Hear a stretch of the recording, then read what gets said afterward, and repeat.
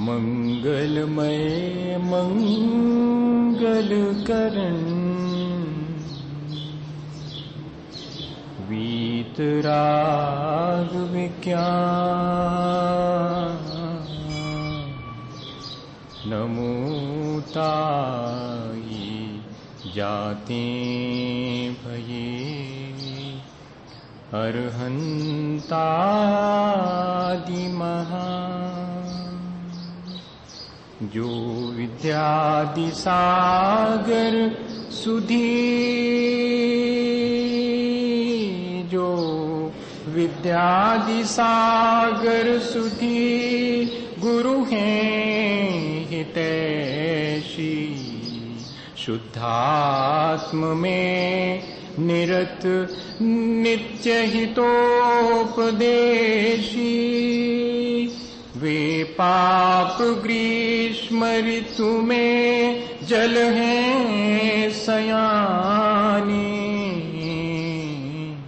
पूजूने सतत केवल ज्ञान पाने पूजूने सतत केवल ज्ञान पाने। बोले भगवान महावीर स्वामी की, आचार्य कुंद कुंद स्वामी की, आचार्य गुरुवर विद्यासागर मुनि महाराज की।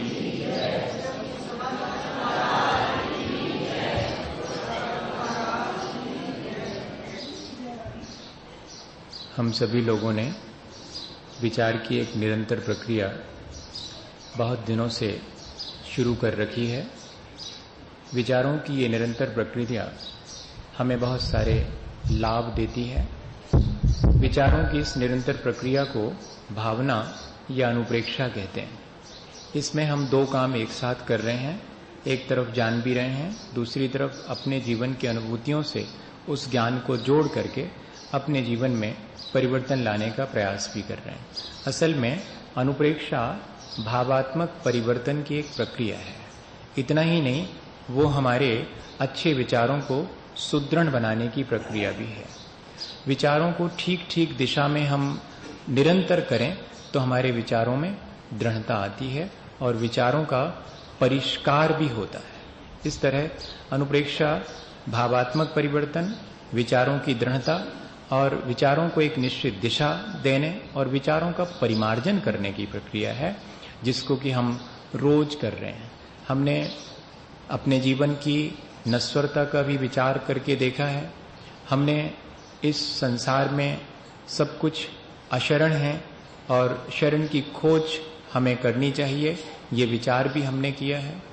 और संसार दुखमय है, हमें इसमें भ्रमित नहीं होना चाहिए और सच्चे सुख की खोज करने के लिए कोई उपाय करना चाहिए, ऐसा विचार भी हमने किया है। हम यहाँ पर जो भी सुख दुख पाते हैं उसको हम स्वयं अकेले ही भोगते हैं। तो इस तरह हमें अपनी स्वाधीनता का विचार करना चाहिए, हमें परावलंबी प्रवृत्ति छोड़ देनी चाहिए, ये भी हमने विचार किया है। इतना ही नहीं, हमने अपनी एक अलग पहचान, अपनी आइडेंटिटी को कायम रखने के लिए भी विचार किया है। हम शरीर के साथ इतने एक में एक हो गए हैं कि शरीर को ही हम मैं मान करके जीने लगते हैं और ये ठीक नहीं है। हम हमारी अपनी पहचान को बनाए रखें, अपनी आइडेंटिटी को बनाए रखें। ये अन्यत्व भावना से हमने विचार करके मैसेज लिया है। शरीर अपवित्र है, मुझे जो चीज पवित्र है उस पवित्रता की खोज करना है। शरीर की अपवित्रता को जान करके क्या पवित्र है इस पर विचार करना चाहिए। चेतना पवित्र है, इसलिए हमें शरीर से अधिक चेतना के विकास की प्रक्रिया पर ध्यान देना चाहिए। और हम निरंतर कोई ना कोई मन वचन काया की क्रिया करते हैं जिससे कि हमारे अच्छे बुरे संस्कार हमारे भीतर निर्मित होते हैं। क्या ऐसा संभव है कि हम अपने ज्ञान और वैराग्य के द्वारा अपने उपयोग को स्थिर करके इस अच्छे बुरे सब प्रकार के कर्मों से पार हो जाएं। ये विचार हमें, कल हमने थोड़ा सा ये विचार किया था। हमने तो विशेष रूप से ये विचार किया था कि जो भी हम मन वचन काया की क्रिया करते हैं उससे भले और बुरे दोनों तरह के संस्कार हमारे ऊपर पड़ते हैं। हमारा प्रयत्न ये होना चाहिए कि बुरे संस्कार का दबाव कम हो और भले संस्कार हमारे भीतर अधिक बढ़े। भले संस्कारों से एक लाभ ये होता है कि हम अपने उपयोग को स्थिर करने के लिए जो ज्ञान और वैराग्य की शक्ति हमारे भीतर है उसे जागृत कर पाते हैं। जो व्यक्ति बुरे संस्कार वाला है, खोटी आदतों में पड़ा हुआ है, उसको तो वक्त ही नहीं है अपने जीवन के इस तरह ज्ञान और वैराग्य के द्वारा उपयोग को स्थिर करने का। इसलिए ज्ञान और वैराग्य की शक्ति को जागृत करके और अपने उपयोग को स्थिर करने के लिए जरूरी है कि थोड़ा सा पुण्य, थोड़े से भले संस्कार हमारे पल्ले में हों। इसके लिए हमने कल विचार किया था। लेकिन आज हम ये देखें कि क्या हम अपनी इस सामर्थ्य को और थोड़ा बढ़ा सकते हैं कि हम अपने ज्ञान और वैराग्य की शक्ति को बढ़ाकर उपयोग को स्थिर कर सकें। हमारी प्रवृत्ति धीरे धीरे करके और कम होती चली जाए। हमारे मन वचन काया की जो सक्रियता है वो निष्क्रियता में बदल जाए, ऐसा नहीं है। हमारी वो सक्रियता जो है, वो हमारी जो चंचलता है, वो स्थिरता को प्राप्त कर ले। मन वचन काया की चंचलता ही हमारे लिए इस संसार में भटकाती है, ये हमने कल विचार कर लिया है। अब हमें सिर्फ ये करना है कि उस मन वचन काया की प्रवृत्ति को ठीक इस तरह से दिशा देनी है, उसे निष्क्रिय बना देना है, अकर्मण्य हो जाना है, प्रवृत्ति शून्य हो जाना है, ऐसा नहीं है। निवृत्ति की तरफ जाने का मायना है कि प्रवृत्ति को आध्यात्म मूलक बना लेना, प्रवृत्ति इस ढंग से करना जिससे कि कर्म का बंधन ना हो। बड़ा मजा है कि कर्म भी करना और ऐसे कर्म करना जिससे कि नए कर्म ना बंधे। ये अगर हम विद्या सीख लेवें, ये आर्ट सीख लेवें अगर हम, तो शायद हम समझ पाएंगे कि वास्तव में सदगुरु देय जगाए, मोह नींद जब उपशमे, तब कछु बने उपाय, कर्म चोर आवत रुके। तब शायद ये पंक्तियां हमारे जीवन में और ठीक ठीक समझ में आ पाएंगी। थोड़ी सी हमारे भीतर ये समझ पैदा हो जाए कि मैं अपने इस मन वचन काया की चंचलता को उपशमित कर दूं, शांत कर लूं, तब जाकर के मुझे थोड़ा कुछ अपने भीतर समझ में आएगा और आने वाले जो भले बुरे संस्कार हैं उनको मैं रोक पाऊंगा। और जब भी हम इस तरह से इस प्रक्रिया को शुरू करेंगे, आप आश्चर्य करेंगे कि हमारे भीतर बहुत सारी शक्ति अपने आप स्टोर होने लगी। ठीक ऐसे ही जैसे कि पानी की धारा को ये लोग बांध बना करके चैनलाइज करके और उससे एक लाभ तो ये ले लेते हैं कि खेतों में सिंचाई हो जाती है और इतना ही नहीं, उससे बिजली भी बना लेते हैं। लेकिन उस बहते हुए पानी पर बांध बनाना आसान नहीं है, वो कोई टेक्नीशियन ही कर सकता है। ठीक इसी तरह से निरंतर कर्मों के प्रवाह पर बांध बना करके और आने वाले नए कर्मों को रोक करके उससे जो शक्ति उत्पन्न हो, उस शक्ति के द्वारा और हम अपने उपयोग को स्थिर करें, अपने उपयोग को ज्ञान और वैराग्य के द्वारा हम चैनलाइज करें, ये काम भी क्या हम कर सकते हैं? कर सकते हैं। और एक बार अगर इस चीज का अभ्यास हो जाए तो कहीं भी चौपाट पे भी बैठे हों, कहीं कितनी भी विषमताओं के बीच भी बैठे हों, लेकिन हमारे मन वचन काया की स्थिरता ज्यों की त्यों बनी रहती है। आज सबसे ज्यादा शिकायत यदि कोई है तो हर व्यक्ति को यही शिकायत है कि मैं अपने मन को स्थिर कैसे करूं, मैं इन तमाम विषमताओं के बीच में भी अपने परिणाम स्थिर कैसे रख सकूं। लेकिन हमारे आचार्यों ने तो हमें ये चीज बहुत पहले ही बता दी थी। हमारी मन वचन काया की सक्रियता इतनी ज्यादा हो गई है, चंचलता इतनी ज्यादा बढ़ गई है कि हम अपनी शक्ति को व्यर्थ अपव्यय करते चले जाते हैं। हमने उसे कोई दिशा नहीं दे पाई तो वो तो डिफरेंट डायरेक्शंस में बह करके और वेस्ट हो जाएगी। और वही हुआ है। आचार्य भगवंत हमें समझा रहे हैं कि हम इस तरह का विचार करें कि क्या हम अपने इस मन वचन काया की प्रवृत्ति को एक निश्चित दिशा दे सकते हैं, एक ऐसी दिशा जिससे कि हमारा अहित ना हो, कल्याणकारी दिशा में। या तो हम मन वचन काया की समस्त प्रवृत्ति का त्याग कर देवें या फिर हम उसकी अशुभ प्रवृत्ति का त्याग कर देवें। दो में से कोई एक चीज हो सकती है। और इसीलिए शायद सूत्र जी में सूत्र रखा हुआ है कि वो जो संवर तत्व है वो कैसे प्राप्त होता है। सगुप्ति समिति धर्मानुप्रेक्षा परिचय जय चारित्रयी है। या तो हम मन वचन काय की समस्त प्रवृत्ति का स्थिर कर दें, उसको निष्क्रिय कर दे नहीं कह रहे हैं, स्थिर कर दें। हाँ, निष्क्रिय करना, आकर्मण हो जाना, प्रवृत्ति शून्य हो जाना, ये जैन दर्शन की भाषा नहीं है। निवृत्ति के मायने हैं कि मैं अपनी समस्त प्रवृत्ति को एक अपने आत्मा में ही स्थिर कर लेता हूं। कैसे स्थिर करूंगा? अपने ज्ञान के द्वारा, अपने वैराग्य के द्वारा। ये दोनों शक्तियां मुझे कैसे प्राप्त होंगी? जब मेरे अपने परिणाम इस तरह के विचारवान होंगे कि मुझे अपने ज्ञान और वैराग्य के द्वारा ये काम करना है, तब मेरे भीतर का ज्ञान और वैराग अपने आप जागृत होगा और मेरे परिणामों में स्थिरता आएगी। लेकिन ये काम इतना आसान नहीं है कि मन वचन काय की प्रवृत्ति को हम स्थिर कर सकें। कम से कम गृहस्थ के लिए तो आसान नहीं है, और आज वर्तमान में मुनि जनों के लिए भी इतना आसान नहीं है। महामुनि भी मन वचन काय की प्रवृत्ति को एक अंतर मुहूर्त के लिए अगर स्थिर कर देवें तो उत्तम सहनन के साथ ही ये संभव है, तब तो केवल ज्ञान ही हो जाए। लेकिन आज हम इतना तो कर सकते हैं कि मन वचन काय की प्रवृत्ति को अशुभ में जाने से तो रोक लेवें और अधिक से अधिक शुभ में स्थिर रख सकें। इतना तो हम कर ही सकते हैं। होना तो ये चाहिए था कि शुभ और अशुभ दोनों में जाने वाली जो हमारी शक्ति है, दोनों में अपव्यय होती है, वहां से रोक करके अपने आत्मा में ही स्थिर रख लेवें। लेकिन आत्मा में स्थिर कितनी देर रहा जा सकता है? जितनी देर रहा जाए उतनी देर इस मन वचन काय की समस्त प्रवृत्ति को आत्मा में स्थिर रखा जाए। फिर अशुभ में जाने से रोक लें, जाए तो शुभ में जाए और वापिस फिर से लौट करके आत्मस्थ हो जाएं। वास्तव में प्रक्रिया तो ये है। एक बाबा जी के पास में एक नवयुवक यह बात जानने आया था कि संसार के बीच रह करके मैं कैसे स्थिरता प्राप्त करूं। तो उन्होंने इतना ही कहा कि मैं इसका जवाब 2-3 दिन बाद दूंगा, तुम मेरे साथ में रहो। अच्छी बात है। और सुनो, एक चीज ध्यान रखना, तुम रहो लेकिन बोलना मत। मेरे पास 24 घंटे रहो, जो कुछ भी हो रहा उसको देखना। बोलोगे तो भगा दूंगा मैं। बोलना नहीं, चुपचाप देखना क्या होता है, मैं क्या करता हूं, लोग मेरे पास आके क्या करते हैं। ठीक है, फिर बाद में तुम्हें उत्तर अपने आप मिल जाएगा। प्रवृत्ति करना है या कि निवृत्ति करना है, दोनों का कैसे समायोजन है, बहुत आसान सी प्रक्रिया है, ज्यादा कठिन नहीं है। कितनी प्रवृत्ति करना और कितनी निवृत्ति रखना, अर्थात कितनी मन वचन काय की स्थिरता और कितना मन वचन काय के द्वारा कार्य करना। संसार के कार्य मन वचन काय के द्वारा और कषायों से समन्वित होकर के ही संपन्न होते हैं, लेकिन उन सबको भी कैसे करना ताकि जल्दी से उनसे निवृत्त हो सकें।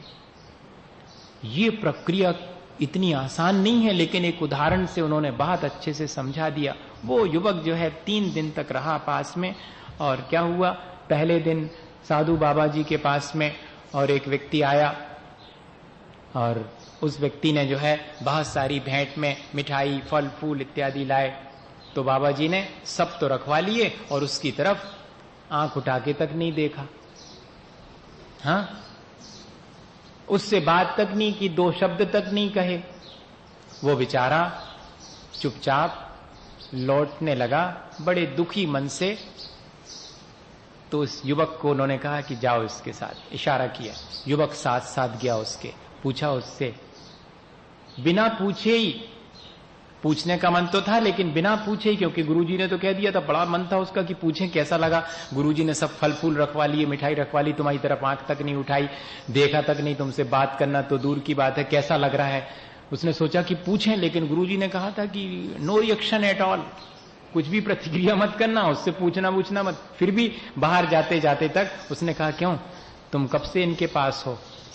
उसने हाथ रख दिया कि कुछ नहीं कह सकते। कह लगी, इन बाबा जी के पास कुछ नहीं मिलने वाला, देखो हम मिठाई ले आए, फल फूल ले आए, सब तो रखवा लिया है, और हमसे ठीक ठिकाने से बोले तक नहीं, आंख उठाते कदमी तक नहीं देखा। हम तो नहीं आएंगे ऐसे बाबा जी के पास। अब चला गया वो, ये चुपचाप आके फिर बैठ गया गुरु जी के पास। दूसरे दिन ऐसा हुआ कि एक और दूसरे सेठ जी फल फूल और मिठाई लेकर के आए, और उनने सब मिठाइयां जैसे ही रखी तो गुरुजी ने मिठाइयां तो कहा कि नहीं मुझे नहीं चाहिए, ना आपके फल फूल चाहिए, लेकिन सेठ जी से बड़े प्यार से बात करी, खूब हंस हंस के बात करते रहे सेठ जी से। लेकिन सेठ जी बार बार कहें ये स्वीकार कर, नहीं ये तो नहीं रखूंगा मैं, ये तो आप अपनी ले जाओ, मेरे पास तो बहुत है। अब क्या करें वो सेठ जी, एक तरफ प्रसन्नता थी कि गुरुजी ने बात कर ली, दूसरी तरफ सब कुछ रिजेक्ट कर दिया, लेके बाहर जाने लगा तो फिर वो युवक उसके साथ हो गया।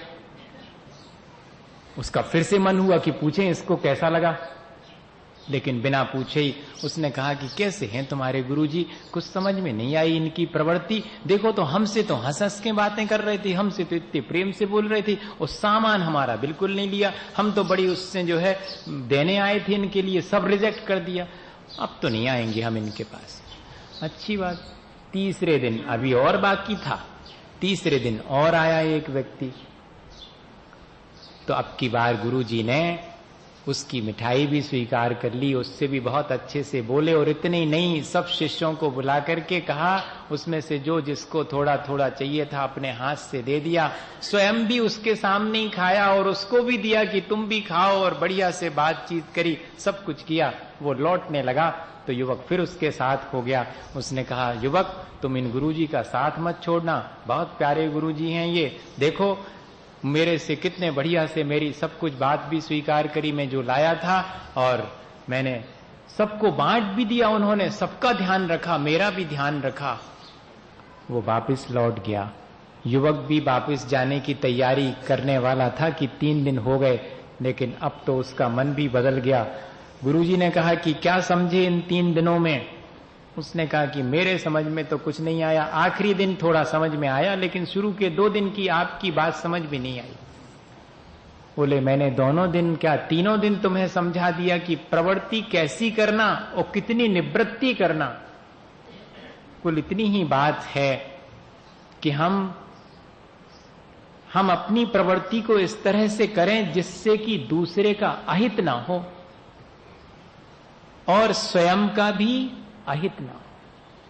प्रवृत्ति और निवृत्ति अपने आप सध जाएगी। वो काम नहीं करना जिससे कि दूसरे को क्षति पहुंचे, ये निवृत्ति। और वो काम भी नहीं करना जिससे कि स्वयं का भी अकल्याण हो, ये निवृत्ति। और वह प्रवृत्ति करना जिससे दूसरे का भी और स्वयं का भी भला हो, जिससे एक दूसरे का कल्याण हो, म्यूचुअल बेनिफिट। ऐसा नहीं कि सिर्फ जो है हम वाणी से किसी व्यक्ति का हित करें, विचार से ना करें, शरीर से करें और वाणी से ना करें। नहीं, मन वचन काया तीनों के द्वारा हमारी प्रवृत्ति अगर हो तो दूसरे के हित में हो और अपने हित में हो, इतना ही ध्यान रखें। यही प्रवृत्ति और निवृत्ति के बीच का समायोजन है, इतने आसानी से। और हमें ये बात आचार्य भगवंतों ने बता दी। अगर हमसे ऐसी उपयोग की स्थिरता नहीं बनती है, पहले नंबर तो उपयोग को स्थिर करने का ही प्रयत्न करना, सुबह शाम बैठ करके निरंतर। और अगर प्रवृत्ति करनी पड़े मन वचन काया की, तो कैसे करना? ऐसे करना जिससे कि अपना और दूसरे का कल्याण हो। अगर कल्याण नहीं भी हो तो कम से कम इतना तो ध्यान रखें कि दूसरे का कल्याण ना हो, दूसरे की क्षति ना पहुंचे। तब फिर प्रवृत्ति कैसे करना, इसके लिए सिखाने के लिए दिया है। गुप्ती के बारे में तो समझ में आ गया। गुप्ती किसे कहते हैं? मन वचन काया की समस्त शुभ अशुभ प्रवृत्ति को स्थिर कर देना और अपने आत्मा में लीन हो जाए। आत्मलीनता ही वास्तव में गुप्ती है। ये सबसे पहले नंबर संवर का सबसे श्रेष्ठ उपाय है। अपने संस्कारों को परिमार्जित करने का, अपने आने वाले कर्मों को रोकने का सबसे बढ़िया उपाय है आत्मलीनता। लेकिन ये आत्मलीनता अगर नहीं सधे और प्रवृत्ति करना पड़े मन वचन काया की, तो कहते सावधानी रखना, बहुत सावधानी से करना। कितनी प्रवृत्ति हैं? 5 ही हैं। चलना पड़ेगा, दया और करुणा पूर्वक चलना। हाँ, अभी तक तो ऐसे चलते हो कि कांटा ना गड़ जाए, कांच ना चुभ जाए। अब ऐसे चलना जिससे जीवों पर पैर ना पड़ जाए, किसी भी जीव की क्षति ना हो जाए। बस चलना, जब भी चलना, कोई हर्जा नहीं है, कितना ही चलो, लेकिन उद्देश्य ध्यान में रहे कि जीवों की रक्षा मुझे करनी है। बोलो, कोई बात नहीं है। जग सुहित कर सब अहित हर, श्रुति सुखद सब संशय हरें, भ्रम रोग हर जिनके वचन मुख चंद्र ते अमृत छे। बोलना तो है, लेकिन जग सुहित कर, जिससे सबका हित हो, सब अहित हर, किसी व्यक्ति का कोई अहित ना हो। श्रुति सुखद सुनने में भले मालूम पड़े, कर्ण प्रिय तो होना ही चाहिए, और आत्मा के कल्याण की कंडीशन पहले लगा दी। वरना हम लोग ऐसा सोचते हैं कि कड़वी बात, सच्चाई कड़वी होती है। ये बात तो ठीक है, सच्चाई कड़वी होती, लेकिन कड़वे मन से कही जाए ये नहीं लिखा आचार्यों ने। न कड़वे वचन बोले जाएं, न कड़वे मन से बोले जाएं। भले ही किसी को सच्ची बात कड़वी लगे तो लगे, लेकिन आपका बोलते समय मन कड़वा नहीं होना चाहिए, आपके वचन कड़वे नहीं होना चाहिए। ये कंडीशन बहुत बड़ी है। जग सुहित कर सब अहित हर, श्रुति सुखद सब संशय हरें। कोई डाउट क्रिएट ना हो जाए आपके बोलने से, बल्कि जो डाउट हैं वो सब क्लियर हो जाए, समाधान हो जाए। वाणी की प्रवृत्ति तो करनी है, प्रवृत्ति के लिए बिल्कुल निषेध नहीं कर रहे हैं, लेकिन चलते समय दया का ध्यान और बोलते समय हित मित प्रिय वचन का ध्यान, और भोजन करना पड़ेगा, उसके बिना नहीं चलेगा। तो भोजन करते समय का किस चीज का ध्यान रखना है? जब तप ज्ञान ध्यान सेवा इसके द्वारा मैं कर सकूं, ऐसा ही भोजन ग्रहण करूंगा, ऐसा निर्दोष भोजन ग्रहण करूं जिससे जब तप ज्ञान ध्यान और सेवा कर सकूं। ले तप बढ़ावन हेतु नहीं, तन पोषते तजी रसन को। ये सबके लिए है, अकेले मुनि महाराज के जिम्मे नहीं है ये काम। जिस जिसको भी संवर करना है, जिस जिसको भी इस भावना को भाना है, उस सबके लिए है। ऐसा नहीं समझना, उनके लिए तो है ही। एक सामान्य व्यक्ति भी इस प्रक्रिया से ही अपने जीवन में उस संवर तत्व को या उस संवर भावना को भा सकता है, संवर तत्व को प्राप्त कर सकता है। और संवर भावना भाने से ही संवर तत्व प्राप्त होता है, ये ध्यान रखना। क्योंकि ये सब अनुप्रेक्षा भी संवर तत्व के प्राप्ति का एक कारण है।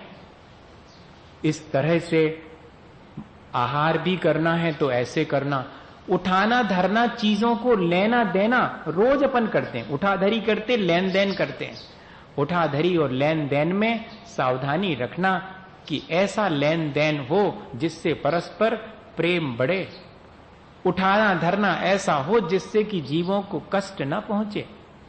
देखो 4 चीजें हो गई, और अब रहा शरीर के मलमूत्र का विसर्जन। अपनी विकृतियों का विसर्जन भी ऐसे करना जिससे दूसरे की क्षति ना हो। बताइएगा, इसके अलावा कोई क्रिया करते हैं, कोई प्रवृत्ति करते हैं? कितनी प्रवृत्ति करते हैं? चलते हैं, बोलते हैं, खाते पीते हैं, लेन देन करते, उठाधरी करते हैं, अपने विकारों का विसर्जन करते हैं। इतने में तो जीवन चलता, और कोई छठवीं बात है क्या? मुझे बताओ।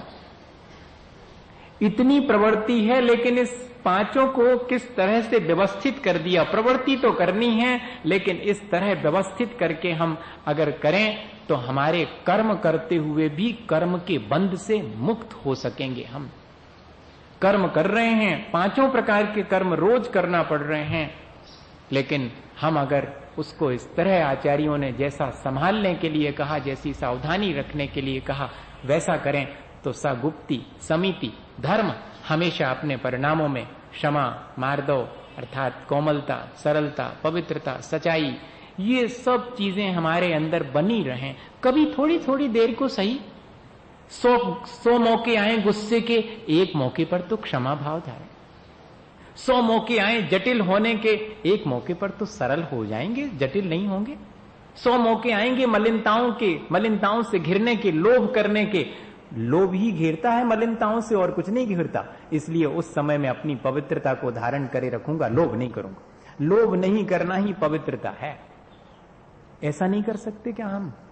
100 मौके आएंगे सच्चाई को इग्नोर करने के, 100 मौके अपने जीवन में रखने के। एक आध मौके पर तो थोड़ा बहुत छोड़ देंगे, थोड़ा त्याग कर देंगे, थोड़ी सी तपस्या करेंगे, थोड़ा सा प्राणी मात्र के प्रति अच्छा भाव रखेंगे, थोड़ा सा संग्रह करने की प्रवृत्ति को कम कर लेंगे किसी दिन।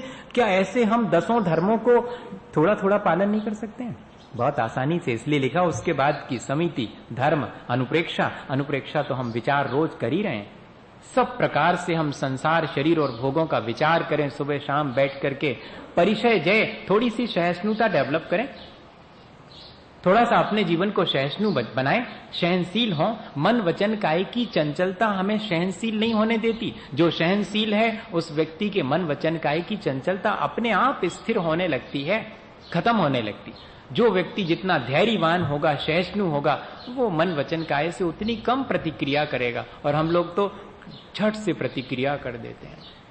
प्रतिक्रिया से बचना, प्रतिक्रिया करना भी तो पॉजिटिव करना, करनी तो पड़ेगी प्रतिक्रिया, लेकिन पॉजिटिव करना, जहां तक हो सके प्रतिक्रिया नहीं करना, सहिष्णुता डेवलप करना। क्या हुआ था एक बार, बुद्ध के बारे में आता है, वो कहीं से चले जा रहे थे तो एक गांव से गए तो वहां पर लोगों ने खूब बंधन बारे बांधे और खूब सजाया और उनकी बहुत आवभगत करी और खूब उनको मिठाइयां और बढ़िया बढ़िया चीजें दी। लेकिन अब उनको तो कुछ चाहिए नहीं था, तो उन्होंने सबको हाथ जोड़े और जय जिनेंद्र कही कि भाई हमको कुछ नहीं चाहिए।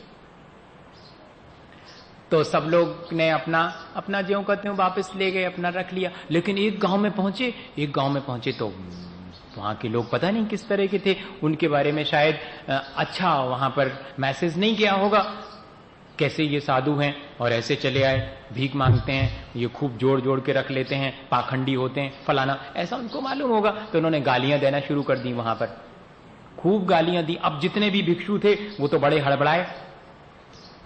बुद्ध तो शांत, जैसे पहले तो मुस्करा रहे थे वैसे अभी भी मुस्करा रहे थे।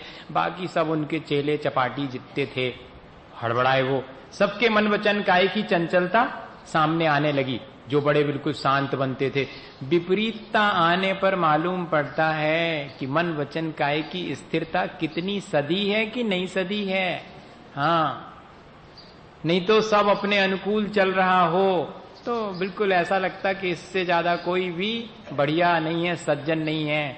विपरीतता आने पर भी वो सज्जनता बरकरार रहे, वो सहिष्णुता बरकरार रहे, तब तो अपन ने समझ लो कि कुछ कर लिया अपने भीतर। अब कर्मों के आगमन के द्वार को रोक दिया है अब अपन ने। मानिएगा उस दिन अपन सफल माने जाएंगे। और आनंद ने तो धीरे से कहा कि भगवान यदि आप आज्ञा करें तो इन सबको ठीक कर दूं, इन सबको बता दूं कि आप कैसे हैं। अरे बुद्ध ने कहा कि इसमें बताने की क्या आवश्यकता है, वो तो जीवन से स्वयं ही प्रदर्शित होना चाहिए। मैं ऐसा हूं, मैं ऐसा हूं, मैं ऐसा हूं, ऐसा बताते फिरूं, किसी को नहीं मालूम पड़ने वाला। और मैं जैसा हूं वैसा रहूं, सबको मालूम पड़ जाएगा कि मैं कैसा हूं। बताने की क्या आवश्यकता। गांधी जी से पूछा जाता था कि आपकी फिलॉसफी क्या है, तो कहते मेरा जीवन ही मेरा दर्शन है। मेरे जीवन से जो फलसफा, जो फिलॉसफी सीखना चाहो सीख लो, मेरा जीवन ही दर्शन है। मुझे कुछ अलग से आपको बताने की आवश्यकता ही नहीं है। अब बड़े आश्चर्य में कि कुछ भी नहीं कह रहे हैं, लेकिन शिष्यों को समाधान नहीं हुआ तो बैठ गए एक पेड़ के नीचे बुद्ध, और शिष्य उनको घेर करके बैठे हैं।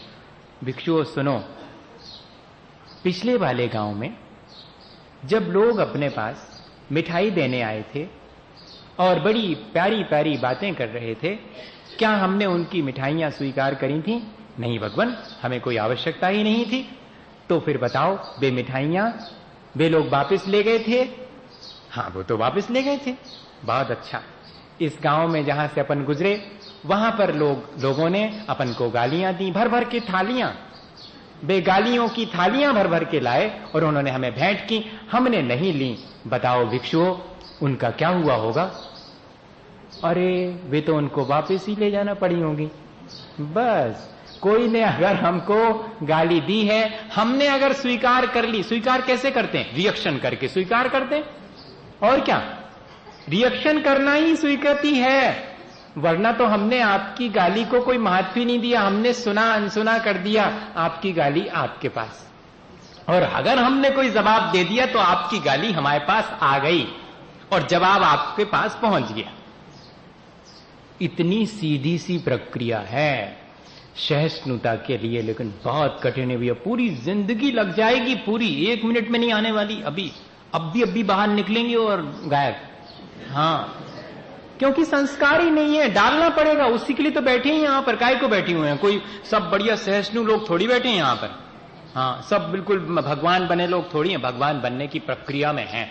इसलिए घबराने जैसी कोई चीज नहीं है कि अरे ये बड़ी बड़ी बातें हैं। बड़ी नहीं है, ये हमारे भीतर आ सकती हैं, हम अभ्यास करें तो। इतना विश्वास जागृत करने के लिए बैठे हैं हम रोज रोज।